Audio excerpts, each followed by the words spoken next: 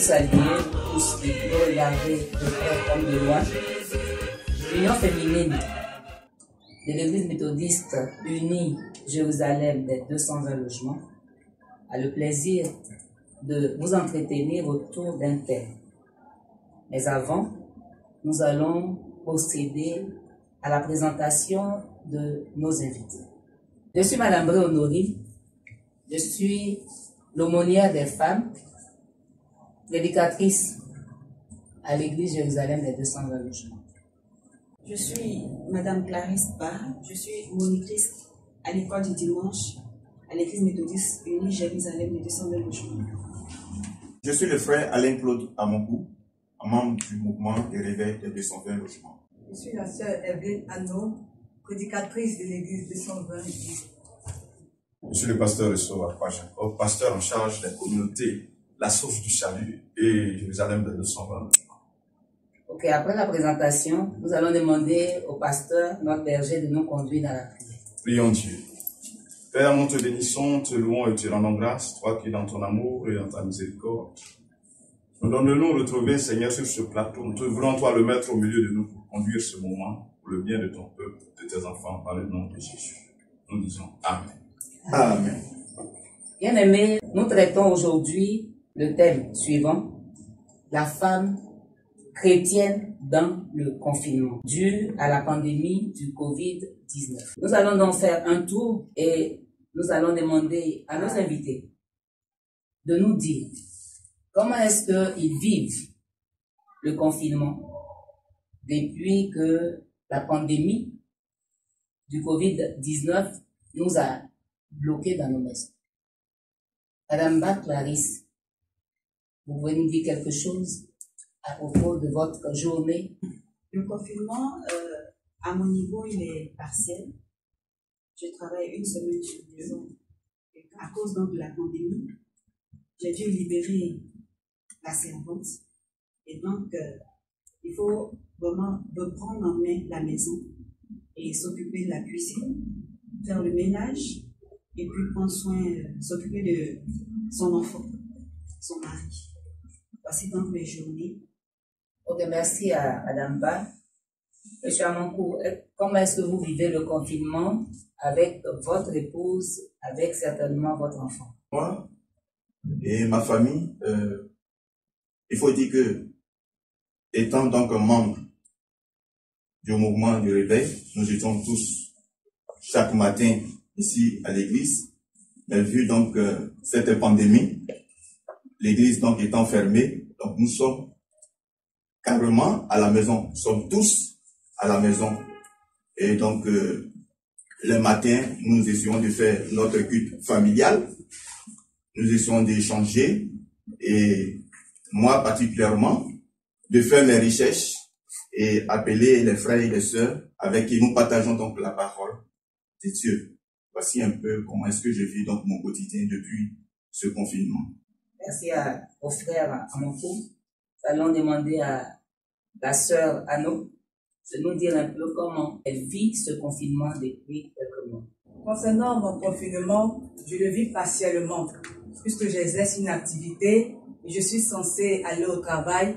Et lorsque je rentre le soir, il faut m'occuper du ménage, des enfants, de la famille. C'est cela mon quotidien vis-à-vis du confinement. Merci, sœur Anneau. Notre berger. Oui, nous vivons le confinement très difficile. Nous avons la joie très souvent de voir nos fidèles autour de nous chaque matin. On se retrouve les dimanches, l'ambiance. Avec ce confinement-là, c'est rare de voir les fidèles et ça, c'est pas bien. Notre prière, c'est que les portes de l'église s'ouvrent. Le confinement nous éloigne de nos brebis, nous éloigne des fidèles. Nous souhaitons de toute force que les portes de l'église s'ouvrent. Au niveau familial, la vie n'a pas changé. Chaque matin, avec les enfants et maman, on prie chaque soir. Le dimanche, c'est qu'il y a de nouveau. Au lieu de venir au culte à l'église, on va l'écouter à la maison. Bénissons Dieu. Toutes choses qu'on provient de ce qui aime Dieu. Comprenons positivement ce qui nous est arrivé. Prions que les portes de l'église s'ouvrent. Prions que les portes de l'église s'ouvrent. Chers internautes, vous qui nous suivez de partout dans le monde, nous avons voulu associer des hommes. C'est vrai que c'est l'Union des femmes qui présente son émission, mais nous avons voulu associer des hommes pour prendre leur point de vue, parce que les femmes ne vivent pas seules, elles vivent avec des hommes. Et nous avons écouté nos frères, nous avons écouté notre berger. À l'issue de tout ce que nous avons entendu, nous avons écouté. Y a-t-il des avantages ou des inconvénients par rapport à ce temps de confinement? Nous laissons la parole à notre frère Amonkou. Je voudrais vous remercier. Et comme l'a dit tout à l'heure le pasteur, tout ce que Dieu fait est bon. Dans ce confinement, il faut dire qu'il y a beaucoup de choses positives. Et les enfants qui vraiment ne voulaient pas partir à l'église, aujourd'hui, ces enfants-là acceptent de faire le culte familial avec les parents. Et mieux, les parents ont rapporté que ce qu'ils n'arrivaient pas à comprendre, ces parents-là disent qu'aujourd'hui, à la lecture de la parole de Dieu, ils arrivent donc à comprendre les enseignements qu'on a donnés, dimanche après dimanche, qu'ils n'ont jamais compris. Aujourd'hui, eux-mêmes, étant à la tâche, comme des pasteurs de leur maison, on finit donc par comprendre beaucoup de choses au niveau de la parole de Dieu. En cela, je dis que ce confinement fait bien. Le Seigneur nous ramène pour que nous puissions refaire notre base et monter. Voici donc ce que je voudrais dire. Vous avez quelque chose à ajouter? Nous pouvons dire que le confinement a des effets positifs. Parce que lorsque nous partons et nous revenons, nous retrouvons la famille. Au départ, sans le confinement, lorsque nous rentrons du service, nous voyons que les enfants sont déjà couchés. Avec le confinement, il y a une amélioration au niveau du travail. Les heures sont revues, nous descendons un peu plus tôt pour suivre nos enfants dans la prière, dans la cuisine, tout ça.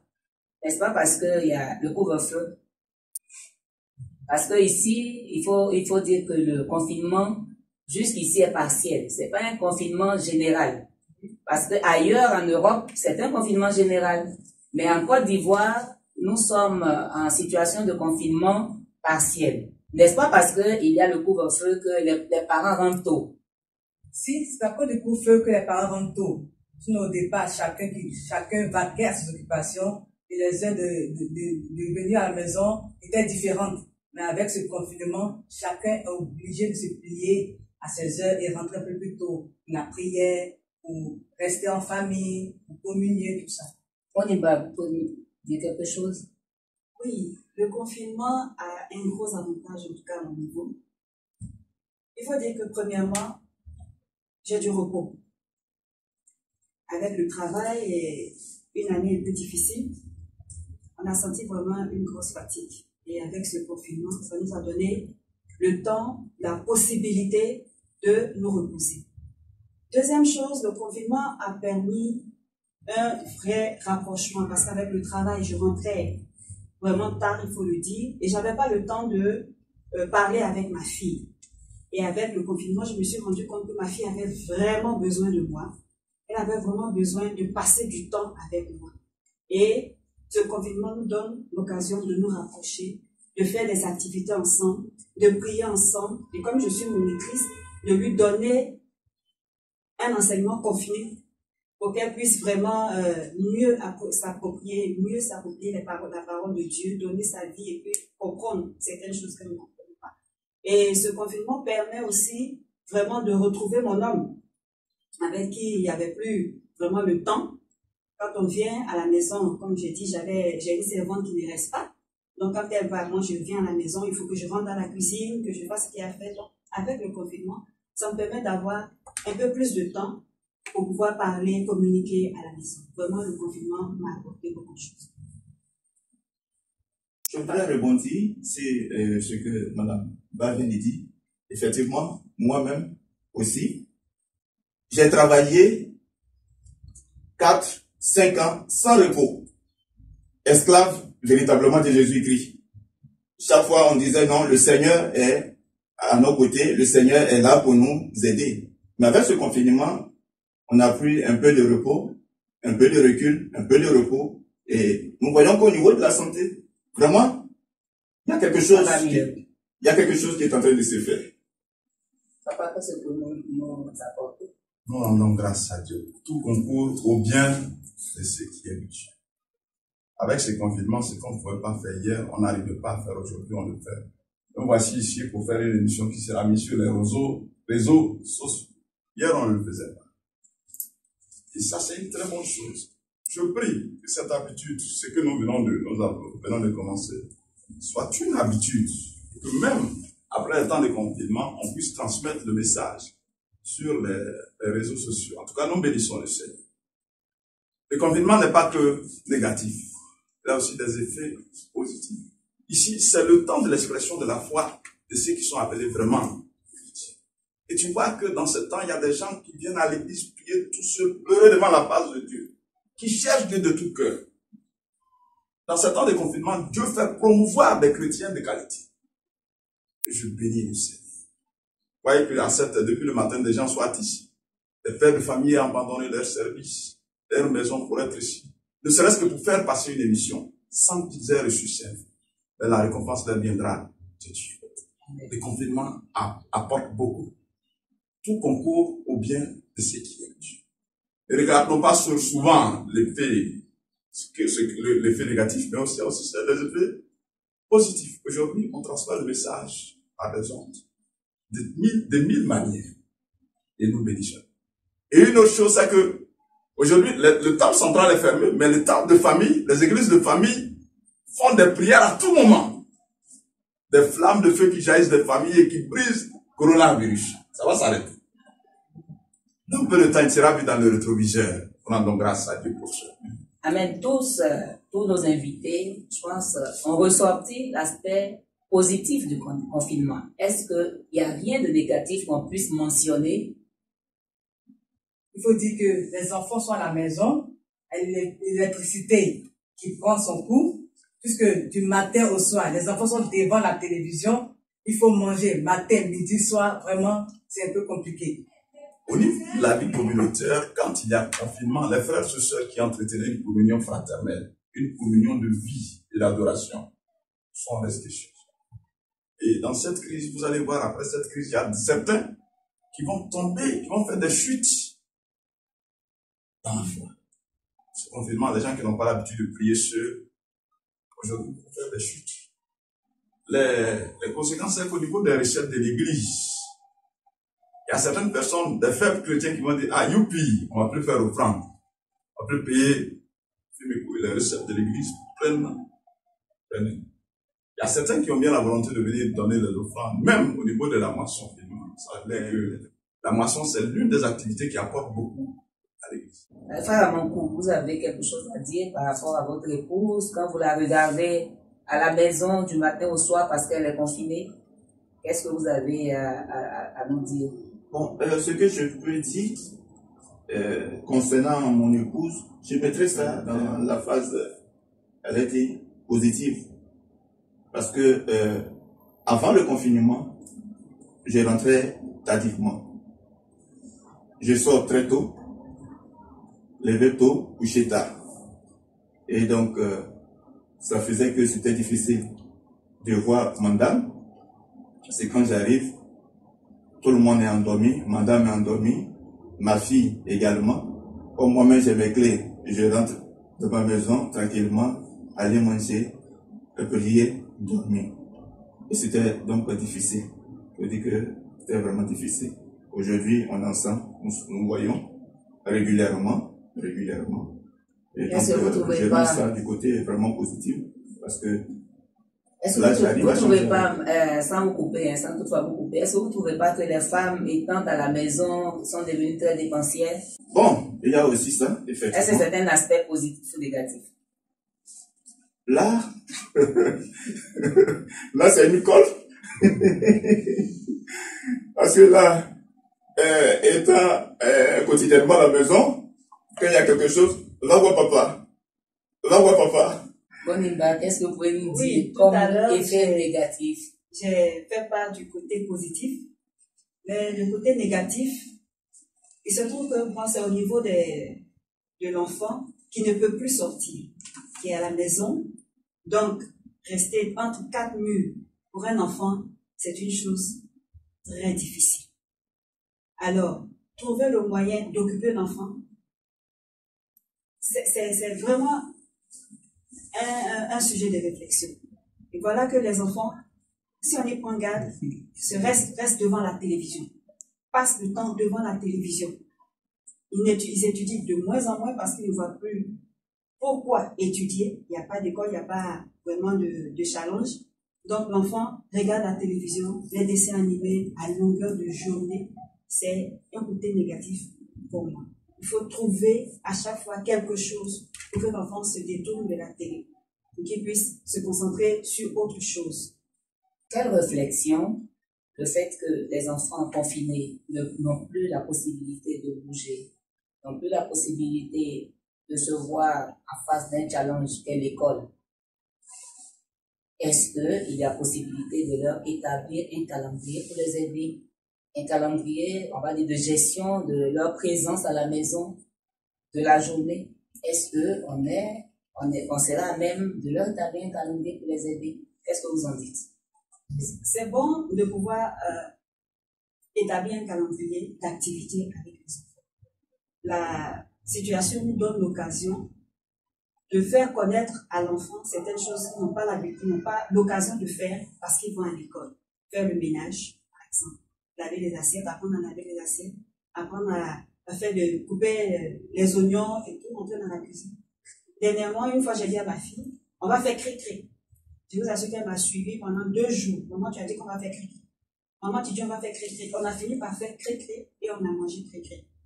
Donc, en faisant ces activités avec les enfants, ça les aide parce que c'est beaucoup d'énergie emmagasinée en enfant. Il a besoin de dépenser. Donc, faire un programme où il y a la cuisine, il y a le nettoyage, il y a le rangement de la chambre, puisqu'on doit apprendre à l'enfant à être ordonné. Ranger sa chambre, ranger ses chaussures, ses affaires, faire son lit, et puis méditer la parole de Dieu à un moment donné, étudier un peu à un moment donné, c'est bon d'établir un programme avec l'enfant pour cette activité pour qu'il puisse bien vivre le confinement.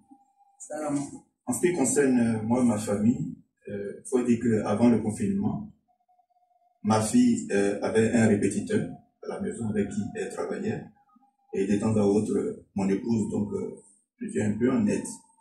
Et donc, étant donc confiné, le répétiteur a été mis donc en congé. Et donc, c'est moi-même qui m'occupe donc de ma fille. Nous étudions donc ensemble. Il y a un moment pour les études publiques. Elle a son document public enfant. Et quand on finit, on fait un pas directement sur donc ce qui concerne donc l'école. Et donc c'est un peu comme ça. Merci, Quand il n'y avait pas de confinement, les enfants partaient à l'école et revenaient. Certains de nos filles ne savent même pas comment on fait de la salade. Comment même préparer une tuberculose. Avec ce temps de confinement, elles sont obligées de suivre maman, de voir comment on prépare, comment on fait telle ou telle chose. Les habitudes de laver les habits. Parce que quand elles vont à l'école, elle vient, la servante a tout lavé, Stella a tout lavé. Une fois, j'avais reçu la visite d'un ami qui était venu voir ma fille qui écrasait un produit indéchinable pour mettre dans les narines. Et ma fille ne sait même pas laver, je ne sais pas comment on lave ses dessous. Que tout est aux mains des servantes. Aujourd'hui, nous rendons grâce à Dieu. Avec le confinement, les enfants à la maison apprennent à faire ce que nous avons, ce qu'elles doivent faire. Nous bénissons Dieu. Ici, tout n'est pas négatif et maman devient ici la maîtresse, le professeur et la monitrice. Maman a du boulot. Merci, pasteur. Merci à tous. Il y a une question, lorsque nous faisions le tour qui m'est venu en tête. Avant le confinement, les enfants avaient des mois de vacances. Est-ce que, comparativement au temps de confinement, ces enfants avaient les mêmes habitudes? C'est-à-dire qu'on avait le même temps. Les enfants étant en vacances, ils n'allaient pas à l'école. Mais pourquoi est-ce que nous disons aujourd'hui que le confinement a un effet positif? Parce que tous, nous avons ressorti plus l'aspect positif que l'aspect négatif. En tant que, si je vois, c'est parce que les enfants sont présents à la maison. Alors qu'ils avaient des vacances de 3 mois. Alors, je voudrais comprendre.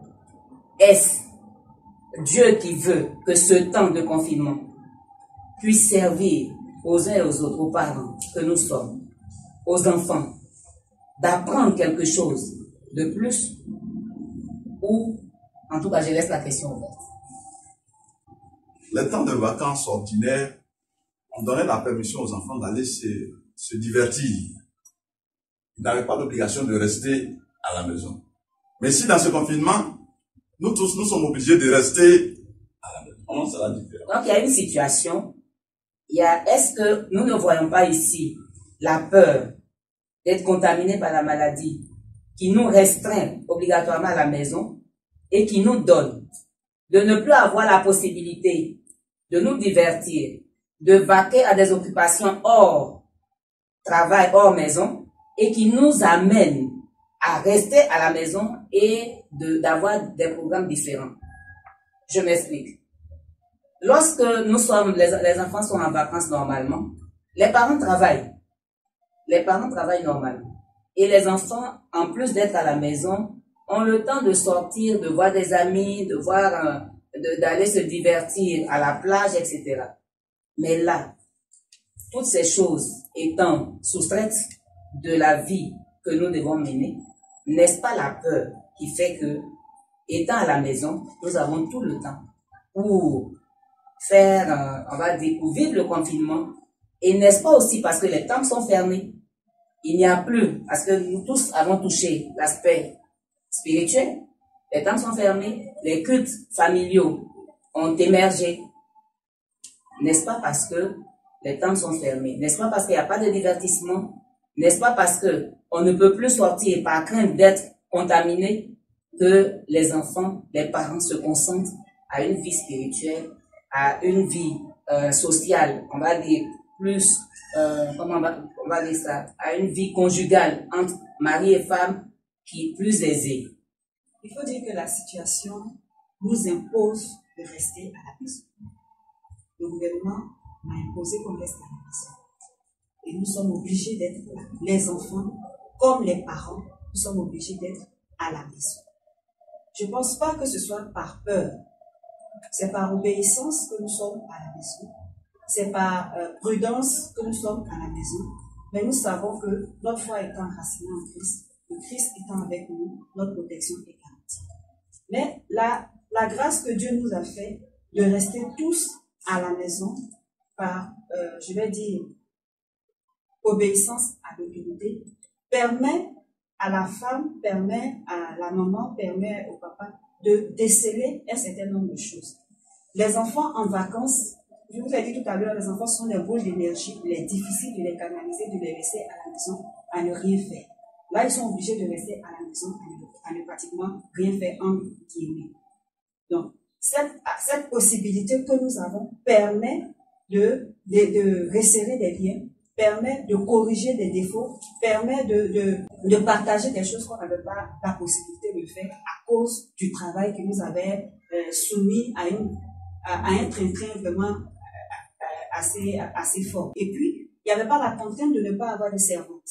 Là, on est obligé de ne pas avoir de servante parce que chacun doit rester chez lui. Donc, à ce moment, il faut repartir le travail à la maison pour que la vie puisse aller au mieux. Je ne pense pas que ce soit par peur que la situation, que les choses se passent.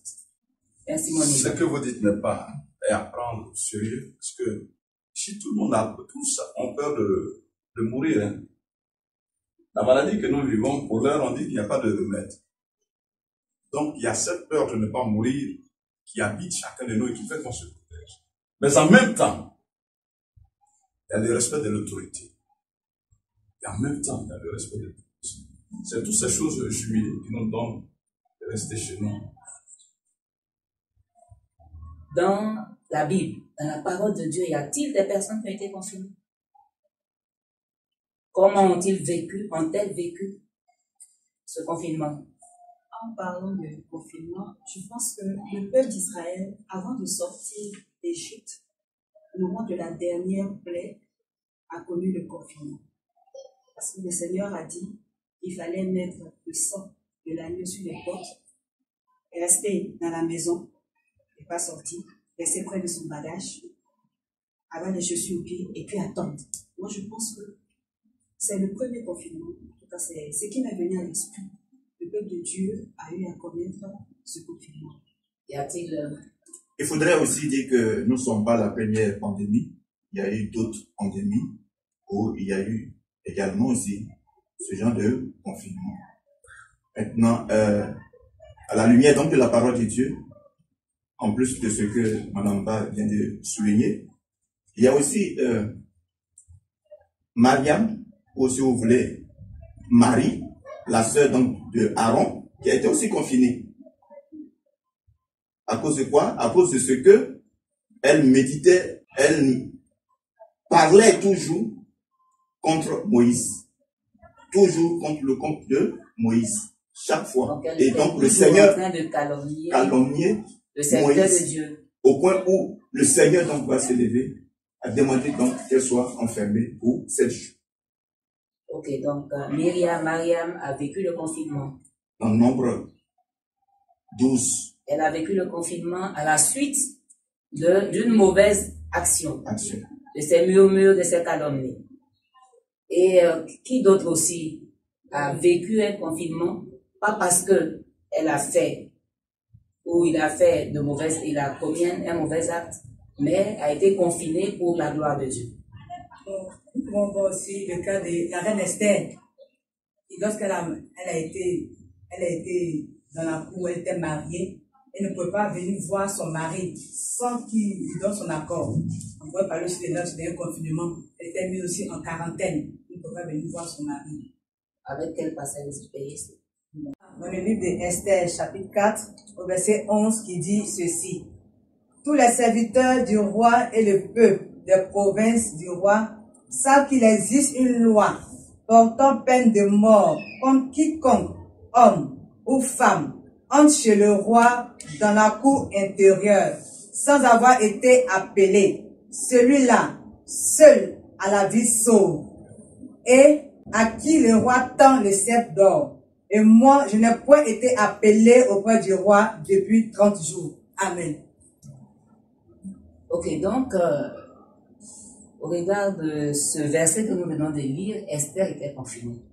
Mais au verset 16, qu'a-t-elle fait? Au verset 16, va rassemble tous les Juifs qui se trouvent à Suse et jeûnez pour moi, sans manger ni boire pendant 3 jours, ni la nuit, ni le jour. Moi aussi, je jeûnerai de même avec mes servantes. Puis j'entrerai chez le roi, malgré la loi.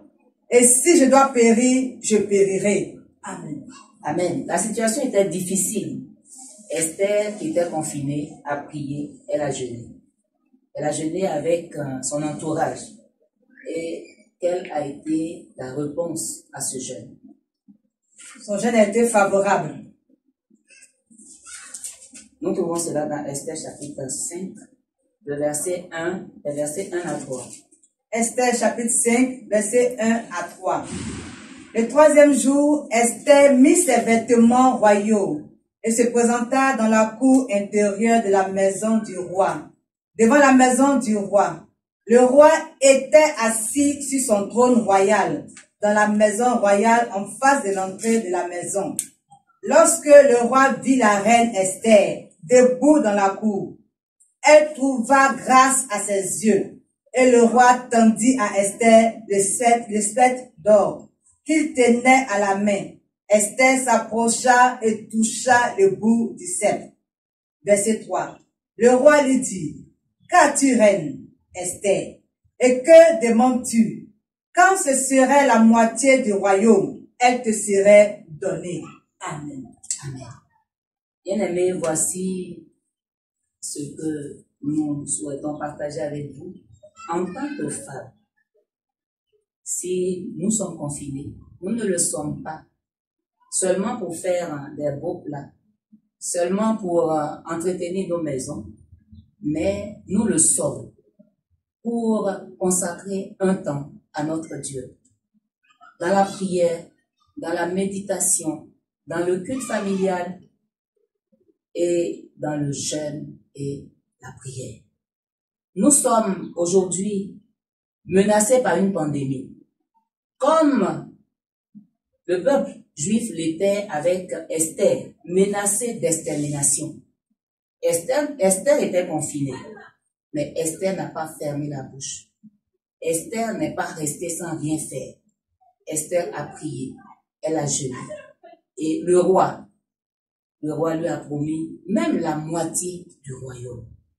Que fais-tu, femme, pendant que tu es confinée? Que fais-tu? Tu restes là à ne rien faire, à ne pas prier, à attendre que la pandémie passe d'elle-même? Non. Tu as besoin de ta parole. Il a besoin de ta prière. Il a besoin de tes actions pour venir au secours à ce monde malade, à ce monde menacé. Bien-aimés frères, vous qui nous écoutez, c'est le message que nous avons pour vous. C'est le message que nous avons pour vous. Chères sœurs, ne soyez pas là, inactives. Non, Dieu a besoin de vous, a besoin de vos actions, comme il en a eu besoin de la part d'Esther pour sauver le peuple juif. Toi aussi, mets-toi en action.